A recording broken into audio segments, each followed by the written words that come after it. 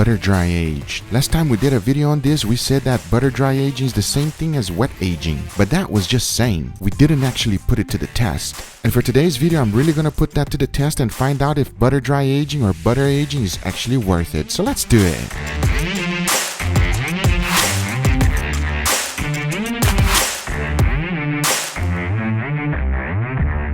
This is a whole beef tenderloin, and I got it from Harry's Ranch. After removing the packaging, you can see that they come completely untrimmed, and that is what I recommend if you're doing any type of wet aging or dry aging. Whenever you're aging something, you will have moisture lost, so starting with an untrimmed piece of meat is the right thing to do. Since I want my tenderloins to keep its shape, the best thing to do is to fasten it with butcher's twine. That will ensure that the filet mignon will keep its well-known shape. To keep this test consistent, it is important to use the same cut of meat. So for that reason, I'm splitting both of them in half. One will be aged with butter and the other one will be just vacuum packed. To make sure my seal is good, I sealed it twice. Now that we have this one ready, it's time for the next one. For the amount of butter I'm going to be using, it can be expensive, so I decided to make my own, and it's super easy to do. Start off by throwing a bunch of heavy cream in your mixer. This job gets messy, so make sure that you put the cover on. Start by blending it on low and then move to high speed. As I mentioned, this is a messy job, and if you have towels, use them. After blending them for a while, the butter will automatically separate from the milk. And that is how you make butter. And as a byproduct, you have buttermilk left. Now that I have my butter ready, the first step is to lay down some parchment paper and spread some butter. The important thing to remember is that you don't want your first layer to be thin. It must be thick.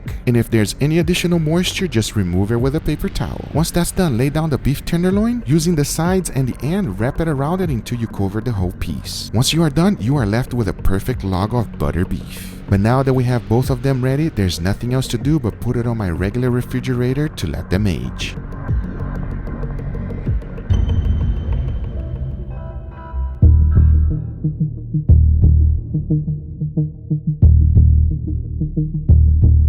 Once I've taken out of the bag, and I can tell you right away it has a very strong smell. The oxidation is also clear on the edges and also on the front. It does not have a bad smell, it just have a very strong smell of beef. I normally have this kind of smell with beef that has bones, but never with a tenderloin. The next thing to do is to quickly remove all their butcher's twine and cut them into individual filet mignons. Even though it has a strong beef smell, it does not smell bad. If you ever come across of a beef that smells bad, it's time to go. This one, however, it just smells strong, and I'm okay with that. Then we jump right into the butter aged. There is absolutely no difference from the time that it went into my refrigerator. The biggest thing I can tell you is that your entire refrigerator will smell like butter. But hey, if you are like me, you love that smell. The next step is to cut it open and see what's inside, and once I did, this is what it looks like.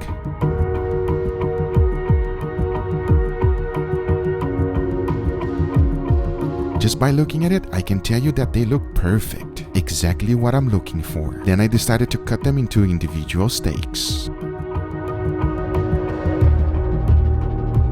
Here are some things I could tell you about this. As soon as I cut it open, a lot of moisture escaped. When I smell it, it smells very similar to the previous one, but because there's so much butter, it masks the smell. The next thing to do is to remove the butter. And I think if I'm very careful, I can just pull it out. Since the butter became a crust, it's quite hard. And if I carefully push it out, there you go, I'm able to take it out. And to my eyes, the edges looks a lot more oxidized than the last one. Every time there's a butter dry aged video, the #1 question is, can you use the butter? You have to remember, this was uncovered in my refrigerator for a long time. I don't feel comfortable using it, and I don't think you should either. Now all there's left to do is to trim it. And one important thing to remember is that you don't want to be cheap. Remove all the oxidation. But once I was done, here's what they look like.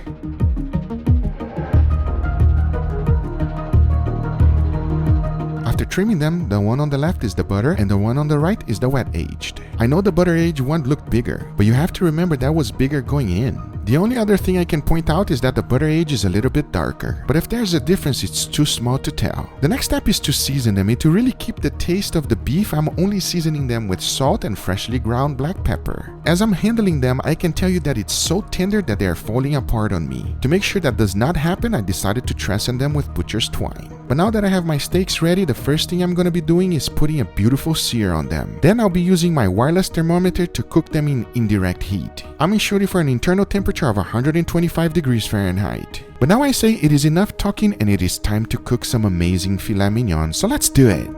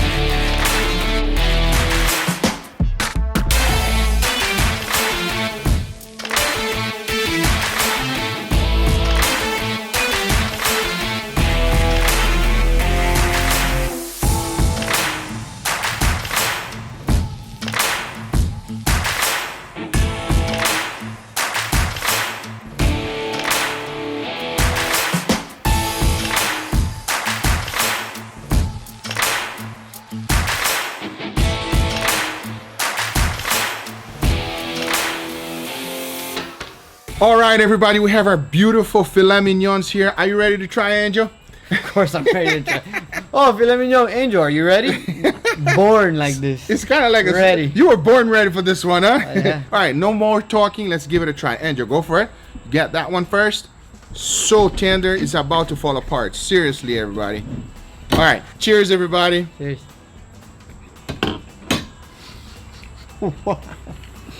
No. Oh my God, fall apart on your mouth, everybody.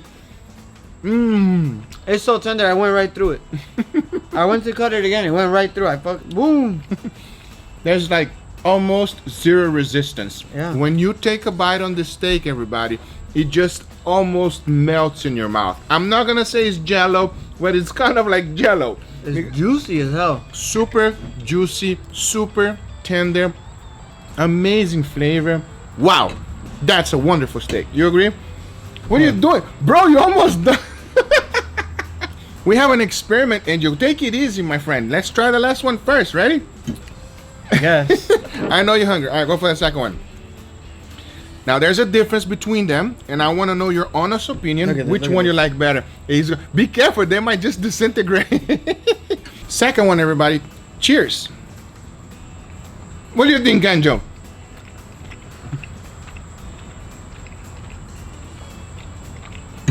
We're waiting. It's amazing, but they're the same. You think so? I mean, I don't know. Are they different? Because they're the same to me. Like, flavor is the same. Wow. Wow. I actually think that you have a point here, Angel. I don't notice much difference. Let me give it another go, everybody. It's the same. It's an amazing steak. It's absolutely delicious. It's absolutely incredible, but it is the same. It's amazing. It is. That's not a problem that it's the same. Very true. It's not a problem if it's exactly the same. But the method is completely different. The first one, I vacuum packed it and dry aged it in the vacuum pack. Okay. It's not really dry age, it's called wet age. Yeah? The second one, I did the same thing, but with butter. Oh, you did the butter thing? The butter experiment for the tenderloin. What happens, Angel? What are you doing? You don't remember what I said. A while back, Oh, we did an experiment. It is exactly. And I said it tastes like you just vacuum sealed it. I don't know if this is gonna really count as dry aged. You had it in the fridge for a while, but I feel like what happened is that it kind of just vacuum sealed it. We just proved it. That is exactly like a vacuum sealed steak. There's not that much difference. You just proved my point. Thank you. Yes, but I really wanted it to work because, you know, the butter is so much work to put it together and all that messiness, and you make their own butter and all that stuff. But guys, if there is a difference, the difference is so small that it's unnoticeable. Difference? What difference? There is no difference. It's the same. It's the same, everybody. It's absolutely the same. There's no difference. The only difference I notice is that there is more loss on the vacuum sealed one because the edges get oxidized more. But the butter dry age doesn't have that much loss. So yeah, if you want to wet age it, butter. Or just put it on a bag and do it. If you really got a lot of butter left over for some weird, odd reason. Or if you are mad like me, make your own butter. Guys, look, do not use that butter. No, not worth it. Save your money and go ahead and buy more steaks. Agreed? Agreed. We agree, everybody. I hope you guys enjoyed this video. If you do enjoy this video, make sure you give it a thumbs up. If you're not a subscriber, be sure to subscribe for future videos. Remember, if you are interested in anything I use, everything is always in the description down below. Thank you so much for watching, and we'll see you guys on the next one. Take care, everybody. Bye-bye. This one is mine. Yeah, okay.